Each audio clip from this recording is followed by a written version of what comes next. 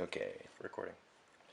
To repair the shear pin on a broken gear drive of a GRX-1200, you'll find that the drive collar has come loose from the axle.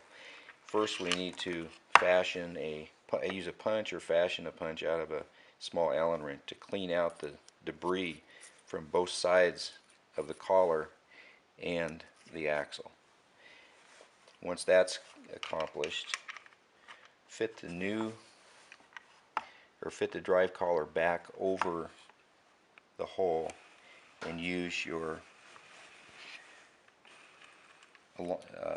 punch as an alignment tool to align the parts. Support the axle over a piece of wood or something else to support the axle. Start the rounded end of the shear pin into the hole.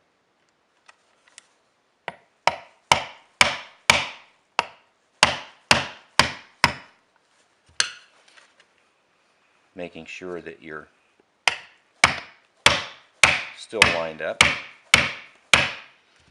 At this point, you'll see that the shear pin has probably started passing into the axle, so we have no need for the alignment tool anymore. So we can get another jump on here. And it's best at this point to use a punch to get a little more leverage on the shear pin.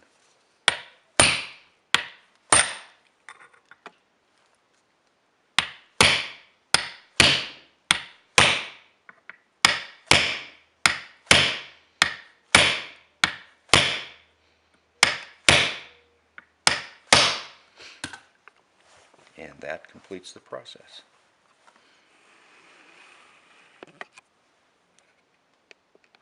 Okay?